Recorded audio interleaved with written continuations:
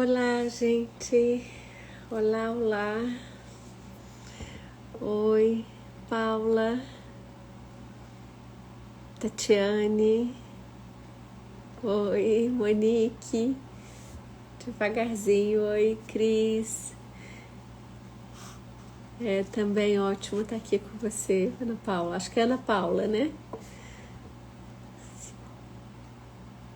Obrigada, bem-vindo vocês também de volta, Marquinho, Andréia, oi Andréia, eu imagino o sorriso de vocês, Monique, oi Ivana, aí a gente já tem 150, tá gente, então muito bom ver todos vocês. Eu queria que a gente mantivesse a nossa rotina. A gente deixa uns 5 minutos as pessoas chegando, enquanto a gente vai fazendo as boas-vindas de chegada. Eu acho ótimo vocês me darem boas-vindas de volta, Jack. É tão lindo isso, né? Boas-vindas de volta. Parece que foi tanto tempo, né? Uma semana. Eu também, Wanda, estou muito feliz de estar aqui com vocês. Mônica, todo o amor do mundo para vocês também. É muito bonito isso. Eu queria começar agradecendo a imensa ternura de vocês. Às vezes a gente leva um choque, né? Como eu, a gente não eu. Leva um choque de maldade, mas é tanta ternura, tanta gente que eu nunca vi, que perdeu um momento, 2 minutos da vida, 1 minuto da vida e parou para dizer assim. Muitas pessoas pararam para dizer tudo passa, e outras pessoas com uma gentileza tão grande de dizer eu gosto da sua escrita, que há uma coisa na antropologia que quando a gente faz primeiro semestre ainda, todo estudante de antropologia vai aprender um ritual. Eu nem tinha planejado isso, mas vendo a ternura de vocês, eu lembrei disso. Que era um ritual que se estuda muito, que se chama o Kula. Que o Kula é esse momento da troca. Alguém oferece algo e o outro alguém oferece de volta. Que o ritual do Kula, ele é um ritual de que nós pensamos uma vida social baseada na troca e não só na mercadoria, né? E não só naquilo que se pode comprar, naquilo que se tem.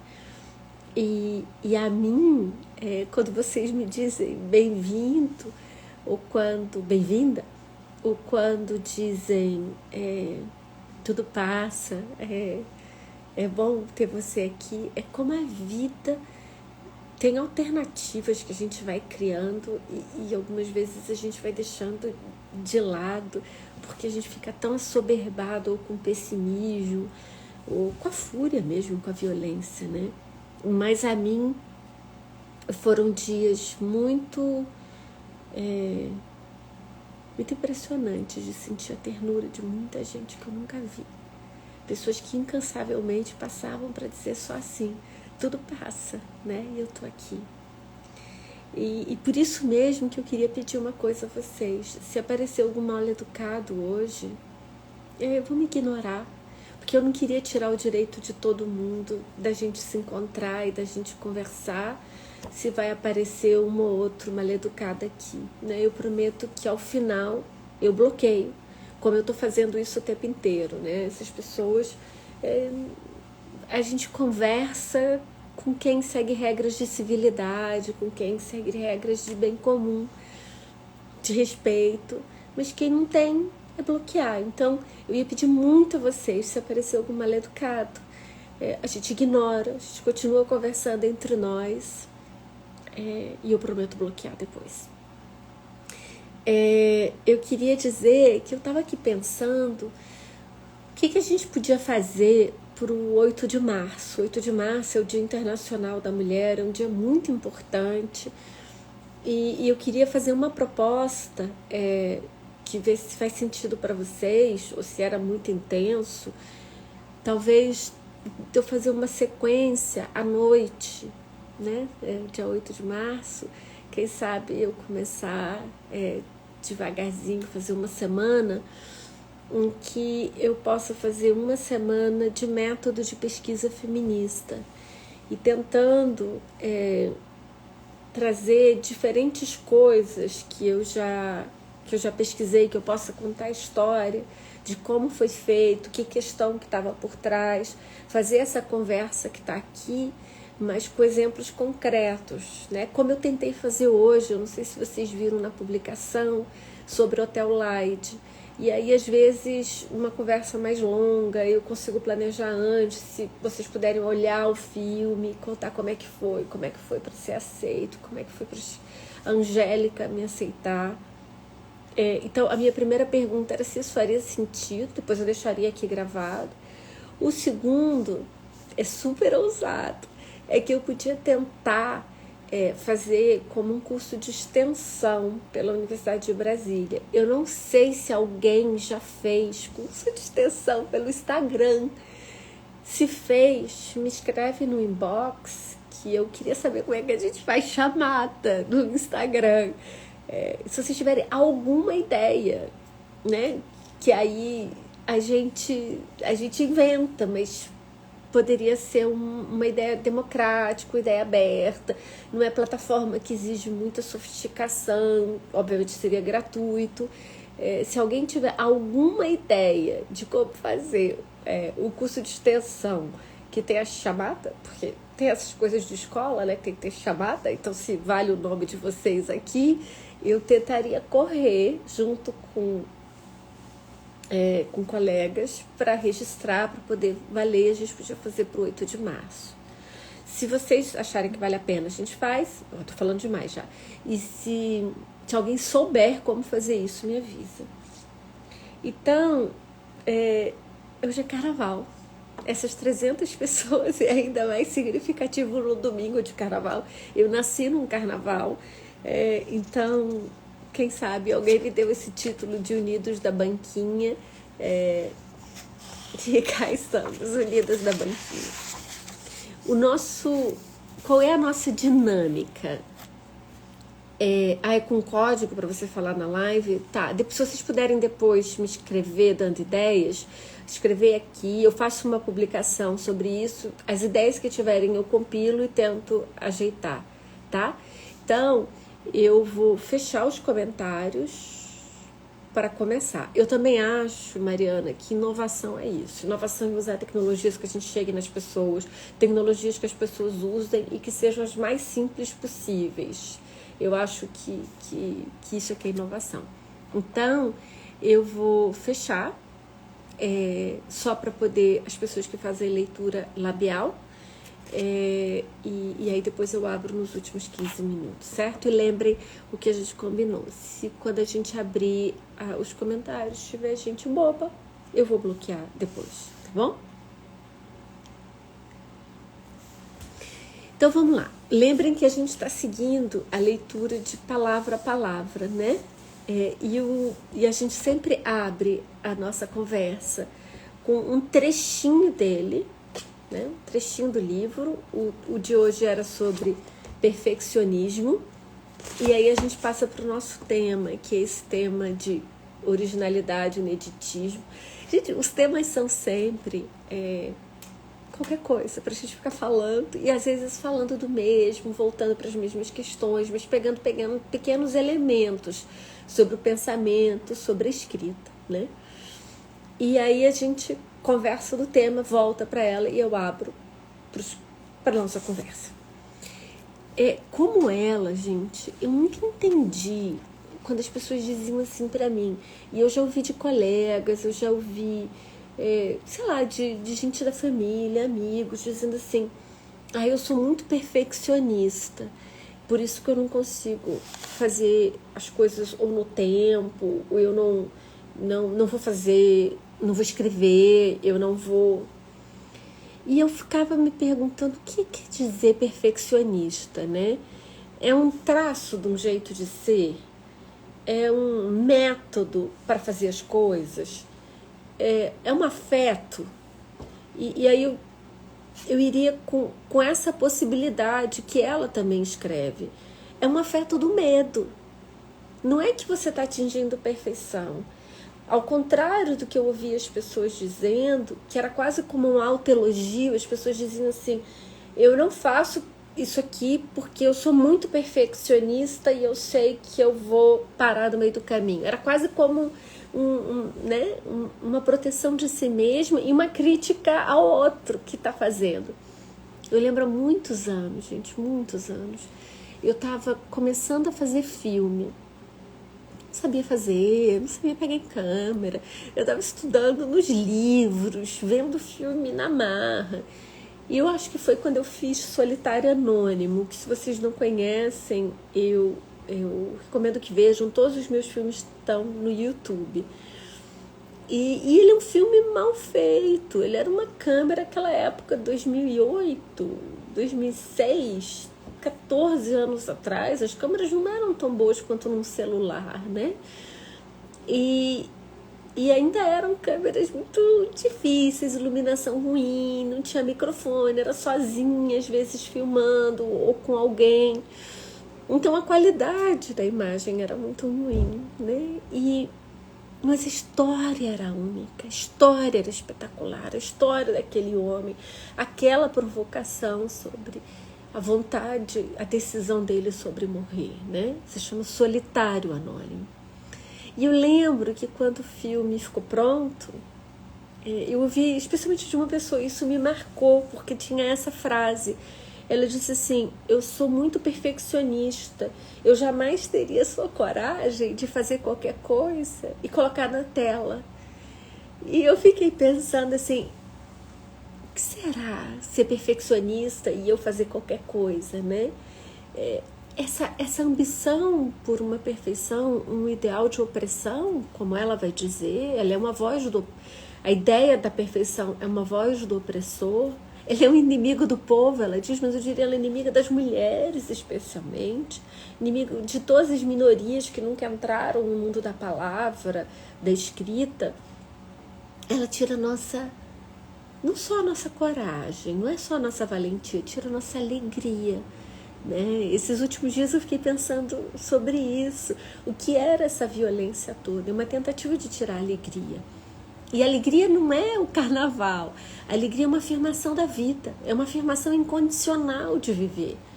E esse ideal da perfeição é a impossibilidade de viver, porque fazer uma escrita, escrever algo, é no instante e segundo já saber mais para fazer melhor. Dizer algo é depois que pensou e foi dito, já fazer melhor. Então exige se arriscar, exige lidar com a confusão, exige lidar com o que é possível naquele momento. A gente não controla tudo, né? É óbvio que a gente não quer se expor, sofrer, né? Sofrer agressão. E isso é um caráter excepcional da exposição pública pela palavra. Grande parte das vezes o que a gente leva é só crítica. O que nós vimos aqui acontecendo é uma situação excepcional de violência por outras razões, não é pela palavra escrita, né? Então, por que ela vai defender e ela vai falar do perfeccionismo? Porque ele é o principal inimigo do seu primeiro rascunho. Porque você não consegue sequer imaginar você mesmo em processo, você mesma lidando com a sua bagunça de ideias, com os seus processos de criação. Então, qualquer ideal de perfeccionismo, ele é um ideal que vai bloquear você para criar as fases de escrita e revisão. Então, como é que eu relacionaria isso, né, um capítulo de 3 páginas sobre perfeccionismo, com o tema de hoje, que é originalidade, ineditismo? Primeiro, eu vou tentar sempre agora ler ela primeiro, porque eu sempre definia o tema a partir do que eu ouvia vocês e depois ia lê-la. E hoje eu vi o quanto se encontrava, então eu vou tentar sempre ler, ver que tema eu posso tirar para que os dois momentos conversem. A primeira coisa que eu diria é que é uma confusão conceitual entre originalidade, ser original e ser inédito, né? Então, a gente explorar essas diferenças. Primeiro que eles são diferentes, falar dessa confusão e daí dizer o que se espera de nós. É ser original, é ser inédito, é alguma coisa entre os dois, né? E eu vou dizer que de alguma maneira ser original, e a pergunta é como ser original. Então eu vou tentar explorar diferenças, a confusão e responder o que é que se espera de nós. E sempre lembrando que, inclusive, essa confusão é um fantasma do poder em nós, porque cria falsas expectativas. Nós, na grande parte do tempo, não somos tão originais quanto imaginamos e não precisamos ser tanto quanto as autores fortes, né? As autoras fortes. Nós não precisamos ser. Nós precisamos acrescentar só uma pecinha no pensamento, na escrita, nas ideias. Então, eu vou começar com a ideia de ineditismo. Todos esses conceitos seriam sob disputa. Todos os conceitos podem ser lidos de outra maneira. Eu vou oferecer só uma tentativa de definição. Inédito seria aquilo que nunca foi divulgado. Vejam que eu estou usando divulgado, que é diferente de publicado. Publicado é um estágio além, né? Mas veja como é ambíguo isso. Se eu vou a um seminário, isso quebra o ineditismo. O livro que eu estou escrevendo agora, com Ivone Gebara, o Esperança Feminista, Os 12 Verbos, nós durante 12 semanas fizemos as prévias das nossas ideias, as duas juntas, toda sexta-feira conversando. Rompeu o ineditismo para assinar um contrato com a editora? Rompeu o ineditismo para o livro? Ou se espera que a gente faça isso com as nossas ideias antes de realmente publicá-las, né? Assumir que isso são os primeiros rascunhos. Eu entendo que os primeiros rascunhos, inclusive, são esses momentos de um seminário, de um texto para discussão, de uma apresentação em um grupo, ou mesmo que eu fiz, que Ivone e eu fizemos.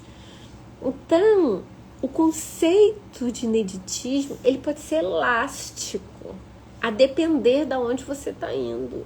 Algumas comunidades, ou a depender do que você está escrevendo, pode considerar ineditismo muito estrito. Você não pode sequer ter falado, que você não pode ter ido a um seminário, que você não pode ter publicado ou divulgado parte. Eu diria que para grande parte dos mortais como nós, que não estamos no auge, né, do que é a criação pela palavra, se espera que nós façamos alguma circulação do que nós estamos criando, inclusive para aprimorar. Mas se você está em programas de pós-graduação, mestrado, doutorado, vale olhar como o seu programa define ineditismo. Vocês vão ver que alguns regimentos confundem originalidade e ineditismo, ou então usa inédito e original. E o que estão querendo dizer com isso? Então, eu estou assumindo, eu só tenho um ponto de partida aqui para essa conversa de ineditismo. Eu estou assumindo que nenhuma de nós está fazendo plágio. Porque aí se a coisa não é... A Siri quis entrar, imagine. Eu estou assumindo que de jeito nenhum vocês estão copiando, porque aí sim a coisa não é inédita de jeito nenhum, porque já foi de alguém, né? Então, vocês lembram do curso da professora Rosana Pinheiro Machado, que eu fiz uma aula sobre plágio. Vale sempre ir lá quando tem alguma dúvida sobre plágio. Então, eu estou assumindo que a discussão sobre inédito e original é sobre o que você está escrevendo, né? Então, eu começaria dizendo que esse é um conceito ambíguo, ele não é absoluto, ele vai depender de onde, em que comunidade de conversa você está e para onde você está querendo divulgar o que você vem escrever, né? Se é revista, se é jornal, se é textos para discussão, se é um seminário oral. Inclusive o idioma importa. Por bem ou por mal, eu diria que em geral é ruim, porque é uma colonialidade da ciência. A língua portuguesa não é considerada como quebra de ineditismo se esse seu texto vai ser publicado em língua inglesa, porque não é o que circula entre comunidades acadêmicas de leitores, né? É uma colonialidade do saber e do poder, né? Então, eu queria muito lembrar esse esse exemplo de livro com a Ivone, em que nós fizemos 12 semanas de discussão e ele vai ser um livro inédito. Ele vai ser um livro original. E nós fizemos o seminário com discussões prévias dos capítulos. Aí, se ineditismo é essa confusão, mas que pode trazer problemas para vocês, porque a depender de para onde vocês estejam, algumas pessoas vão dizer, se isso foi circulado antes, eu não aceito aqui, então é muito importante vocês conhecerem as regras, da onde vocês estão querendo escrever. Por exemplo, se você quer escrever um artigo para um jornal e você já publicou em outro, houve quebra de ineditismo, não adianta que você não vai conseguir publicá-lo novamente, certo? Então é muito importante conhecer como a plataforma onde você quer publicar define ineditismo. Eu quis só provocar a ambiguidade do conceito. Agora, originalidade é o que mais me interessa. Eu começaria dizendo que nós nunca seremos originais. Isso aqui não é um platô de uma resignação a uma mediocridade. É o contrário, é abaixar o nosso filtro afetivo para reconhecer que sempre estamos com a biblioteca que nos acompanha, que nos persegue, que veio antes de nós. Quando eu vou pensar os conceitos dessa pandemia, né? Quando eu penso desalento, algo que eu venho pensando muito, claro que eu leio o Vladimir Safatli com a ideia de desamparo que está em Freud.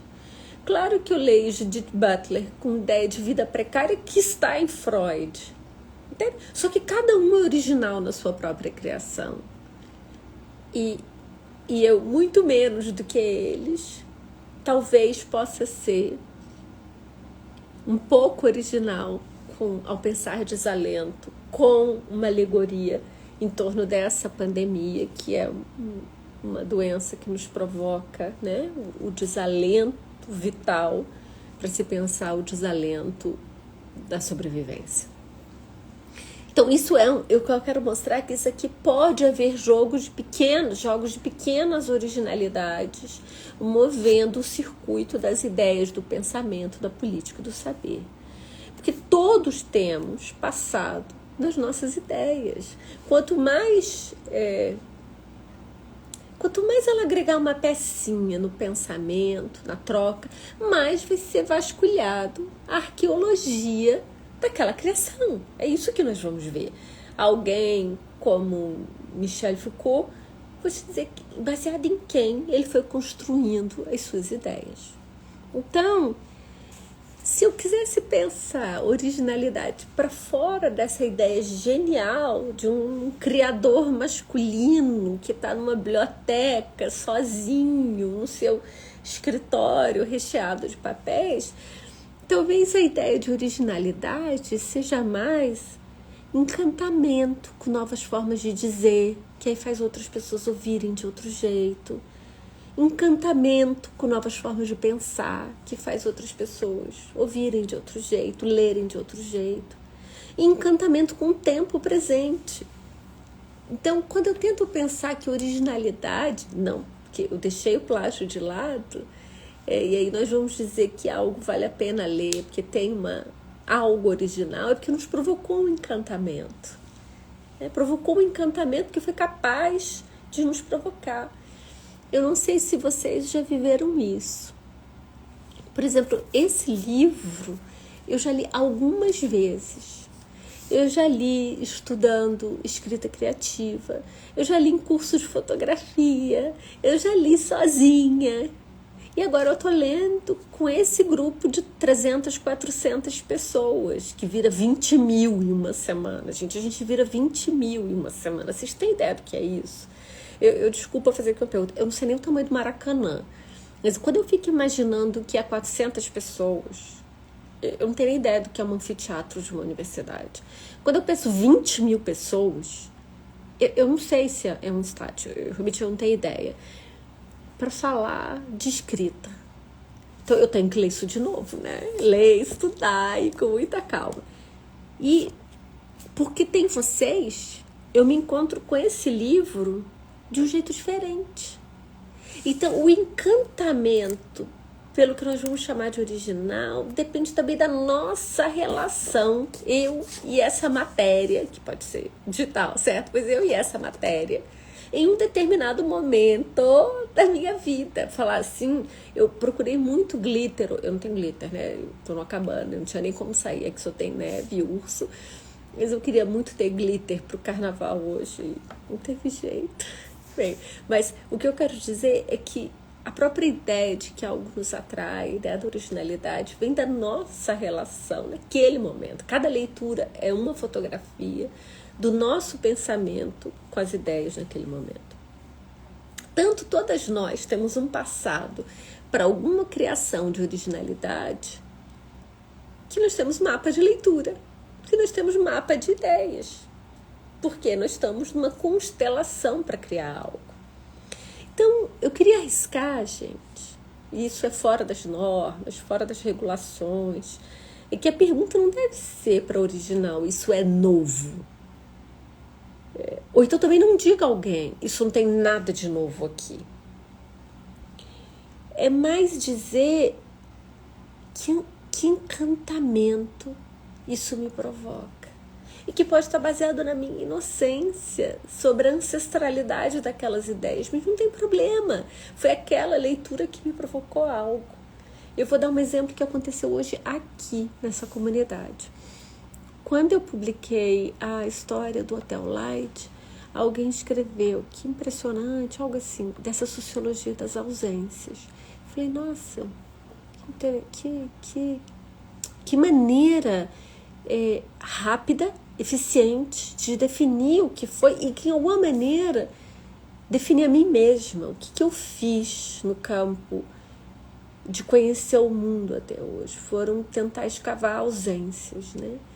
E aí, eu comecei a ler o livro novo, não sei se vocês conhecem, do Boaventura de Souza Santos, em que ele está pensando a pandemia, e logo na abertura ele fala, Sociologia das Ausências. E isso, a mim, foi tão impressionante na mesma tarde, e talvez eu já tivesse ouvido essa expressão, esse conceito antes, mas ele me tocou agora, o encantamento veio agora.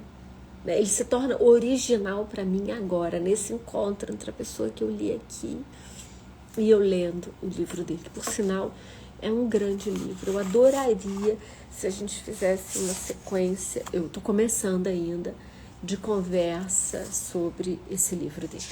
Então, se todas temos ancestralidade, todas temos algo que antecede qualquer possibilidade de originalidade em nós.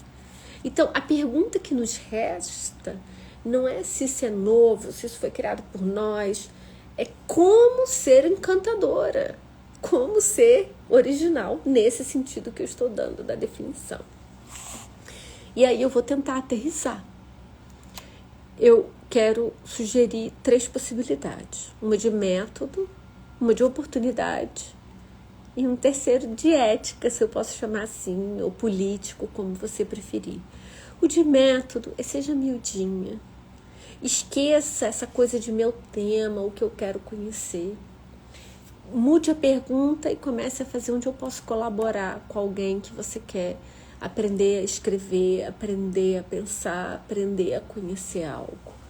E siga os rastros nessa grande questão que interessa a você, mas seja pequenininha. Diminua o grande universo para algo pequenininho. As chances de você trazer algum encantamento para essa comunidade de troca vai ser maior. O segundo, que eu chamei de oportunidade, combine o seu mapa, tudo aquilo que a gente já falou, o quanto ele tem que ser cuidadoso para ser montado, menos é mais, você lê pouco. Pensar com quem você está combinando. Vocês viram que eu falei antes, Safatler, Foucault, Butler, não é à toa, e agora falando do Boaventura.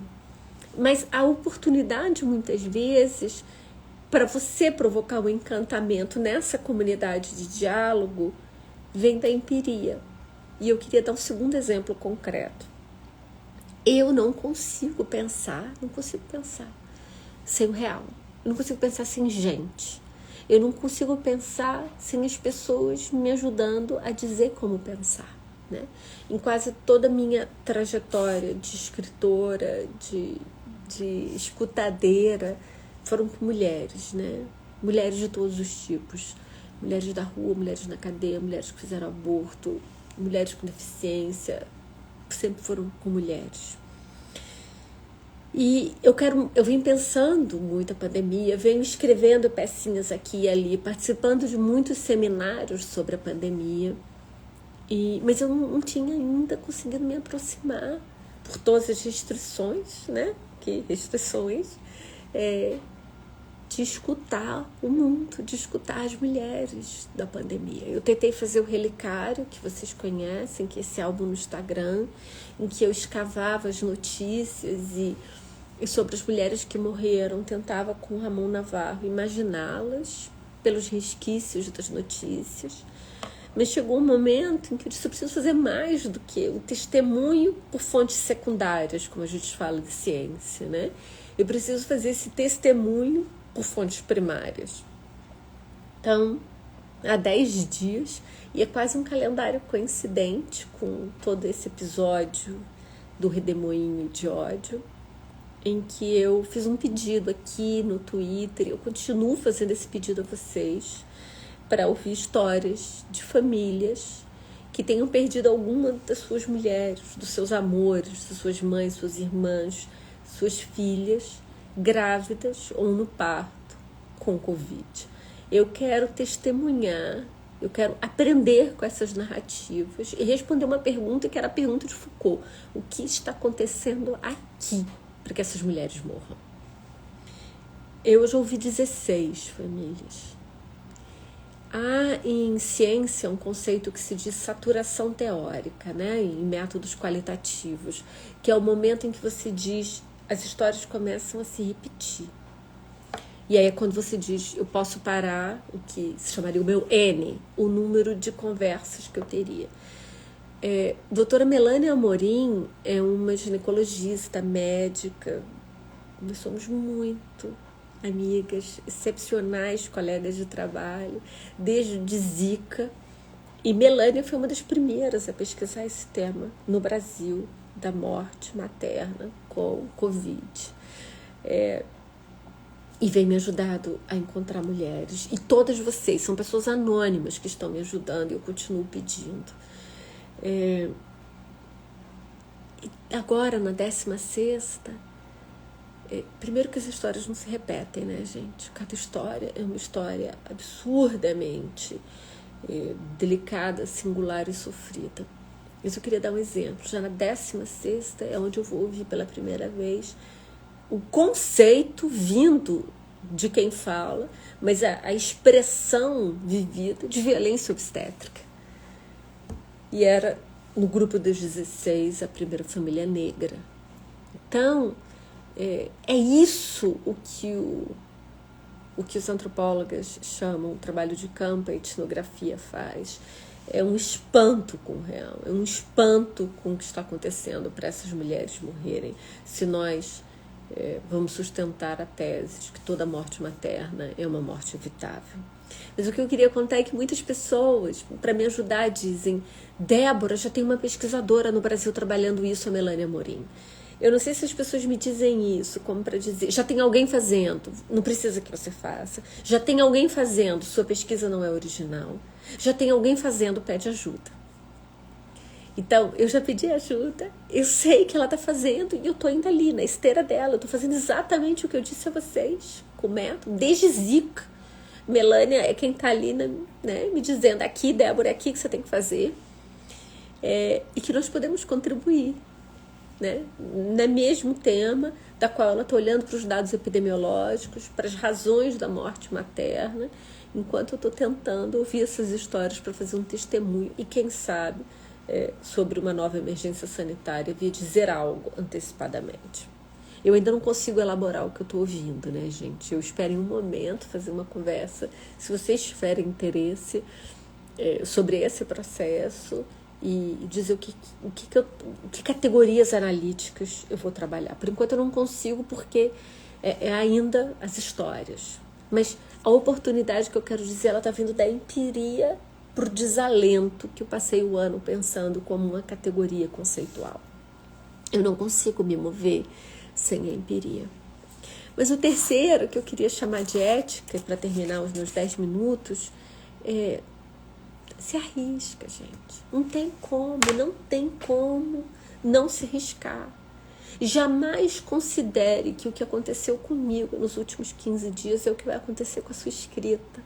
Eu acho que nós não poderíamos ter tido um processo pedagógico mais perverso e cruel contra mim, para mostrar que não é isso que vai acontecer com você. Que não foi a escrita. E as pessoas não vão fazer isso com você. Não vão, eu garanto. Aqui é outro movimento. Usem isso como um processo pedagógico. As vírgulas, a palavra ali analisada e a ofensa é por outras razões, não era pelo que estava escrito. E aí não importa o que estivesse escrito, porque a virulência viria ali ou em outro momento. Então, se é para se arriscar, esqueça o perfeccionismo. A gente começa a voltar para ela.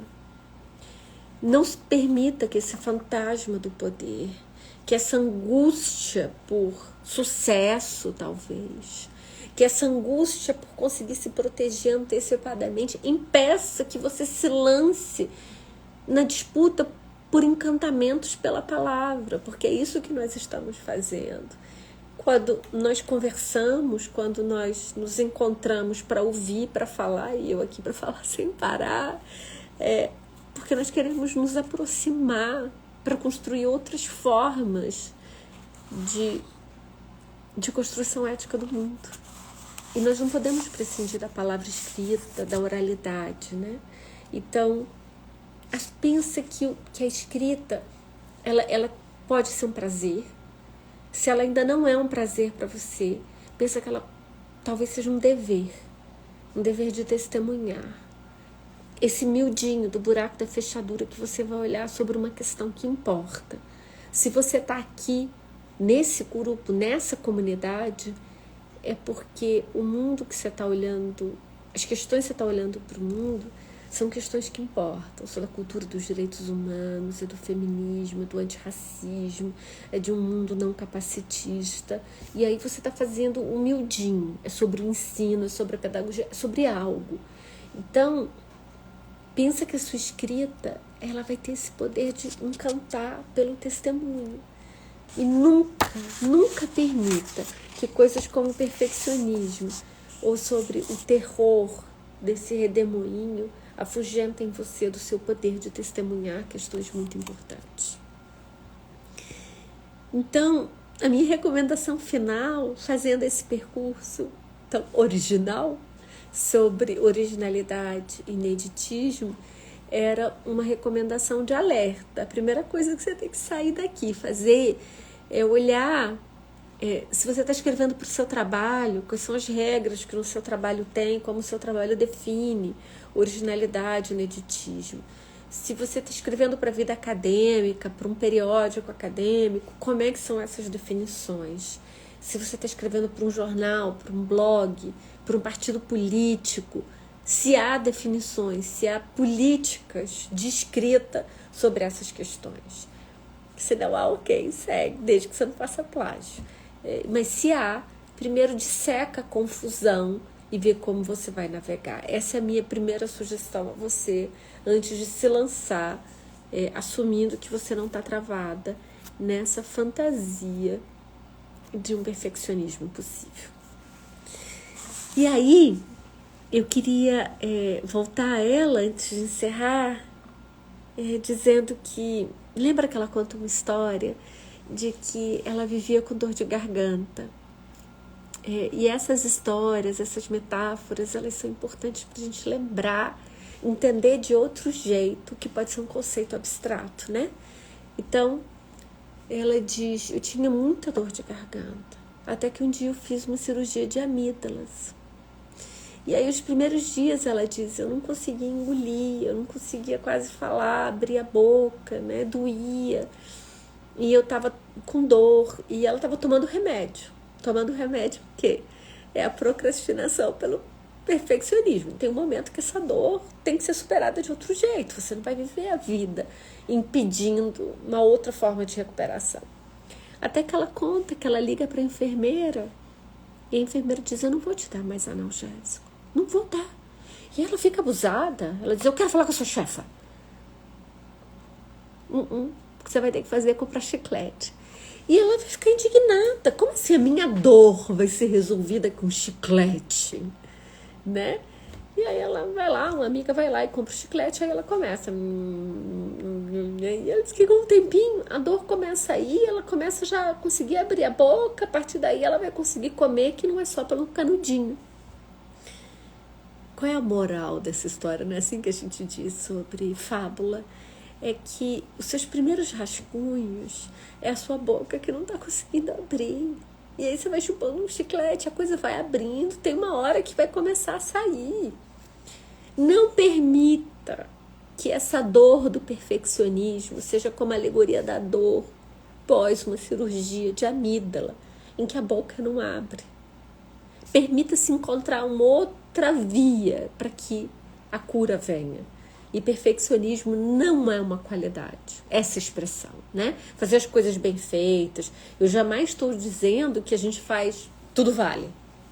Aqui não é um ou outro. O perfeccionismo como um fantasma, né? Ou então um desleixo de qualquer coisa, então o meu primeiro rascunho. Não. O que a gente está eliminando é isso aqui. Isso aqui a gente nem considera o desleixo, o primeiro rascunho. A gente está eliminando essa fantasia criada de que alguns fazem as coisas perfeitamente. Não fazem. O momento em que nós publicamos algo, o momento em que nós anunciamos algo, a gente já sabe fazer melhor. E é assim. Só que viver, como escrever, é se permitir viver a confusão. É viver, é se permitir saber não ter todas as respostas, mas ter algumas, em que você tem alguma autoindulgência, né? Alguma proteção de dizer: aqui eu posso provocar um encantamento. Ao menos em mim, você vai dizer, ao menos em mim isso me deu sentido. Então, fuja dessa ideia de um idealismo da perfeição. Faça confusão. Faça confusão. Viva a confusão. E você vai sair dela com muito mais ternura sobre você mesma e sobre o seu processo de criação, sobre o seu processo de escuta dos outros, sobre o seu processo de leitura das outras. Quando você não vai ler coisas imaginando que elas são a perfeição inacabada, da qual, como se fossem palavras, né, santificadas sobre algo. Então, eu vou abrir para vocês. Algumas pessoas já me disseram que quando o Instagram é certificado, a gente pode ficar mais de 1 hora, mas como eu sei que esse é um risco sem perdão, eu sempre termino com 58 minutos para a gente não correr risco. E antes de abrir, 2 coisas. Por favor, continue me ajudando a buscar familiares que aceitem conversar comigo. Eu estou disponível para conversar, para ouvir a qualquer momento que essas pessoas possam me contar suas histórias. E agora eu vou abrir os comentários. E eu peço muito a vocês, se tiver algum bobo, alguém violento, ignorem. Eu prometo que quando terminar eu vou bloquear.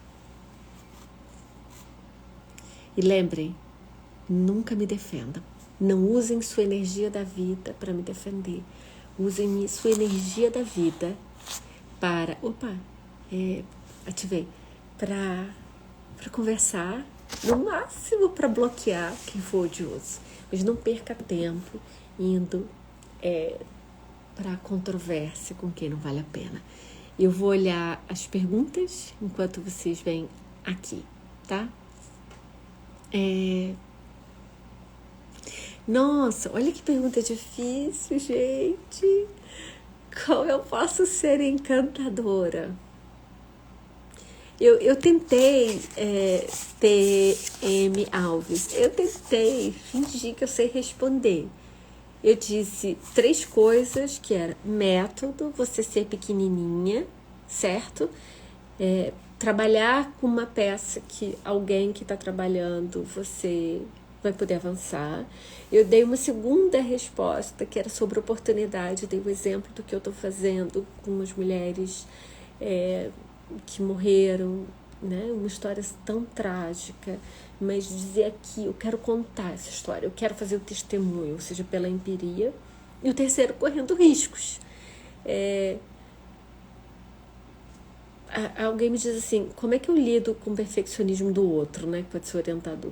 Eu não acredito que tem perfeccionismo. Manda esse Instagram para eles, desafia isso. Ou então descreve de outro jeito. Se é perfeccionismo mesmo que essas pessoas estão fazendo, ou é insistência, ou é corrigindo, ou é oferecendo o melhor de si. Mas quem sabe a gente podia abolir essa palavra, essa expressão, perfeccionismo, né? Eu não sei se faz sentido para vocês. Eu tô ouvindo, lendo aqui vocês para ver se fez sentido por onde eu fui, né? A Raquel dizendo que parabéns a Melânia. Eu também acho. A Janete disse que não entendeu a relação da ética com se arriscar. Eu quis usar a expressão ética porque é como se nós tivéssemos, Janete, eu estou arriscando, entenda, pode ser que não esteja sólido ainda. Você pode chamar de político também. Quando nós não falamos, nós abdicamos de uma responsabilidade ética de participação. Quando nós não escrevemos, nós nos isentamos de um dever cívico, de construção de possibilidades de ideias alternativas. Então, como o que eu queria... qual o nome da agenda japonesa que você usa? Eu me perdi agora nessa, viu? O que eu chamo, então, ética é por isso, é no sentido da sua forma de estar no mundo, de se relacionar com o mundo. Eu prometo que eu vou fazer uma banquinha só sobre as canetinhas e sobre a agenda, tá? Eu prometo. O Futuro Começa Agora, o livro do Boaventura. Se vocês acharem, se vocês gostarem também, a gente podia fazer umas 2 conversas sobre ele. Eu adoraria fazer. Eu não sei se isso funciona para Instagram, se vai funcionar, ler algo em comum e a gente conversar, mas me provocou muito. Eu só li...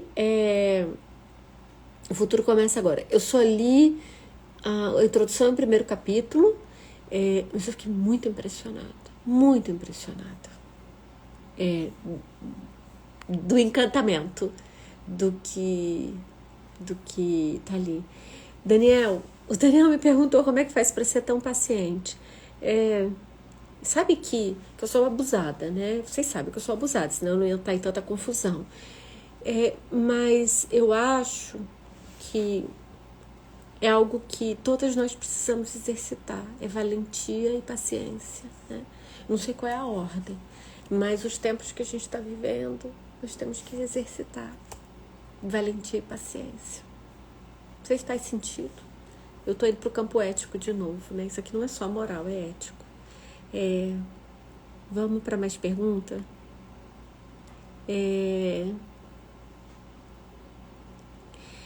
A Manda Quaresma gostaria muito de ouvir sobre o processo de transformar a escuta e observação em escrita acadêmica.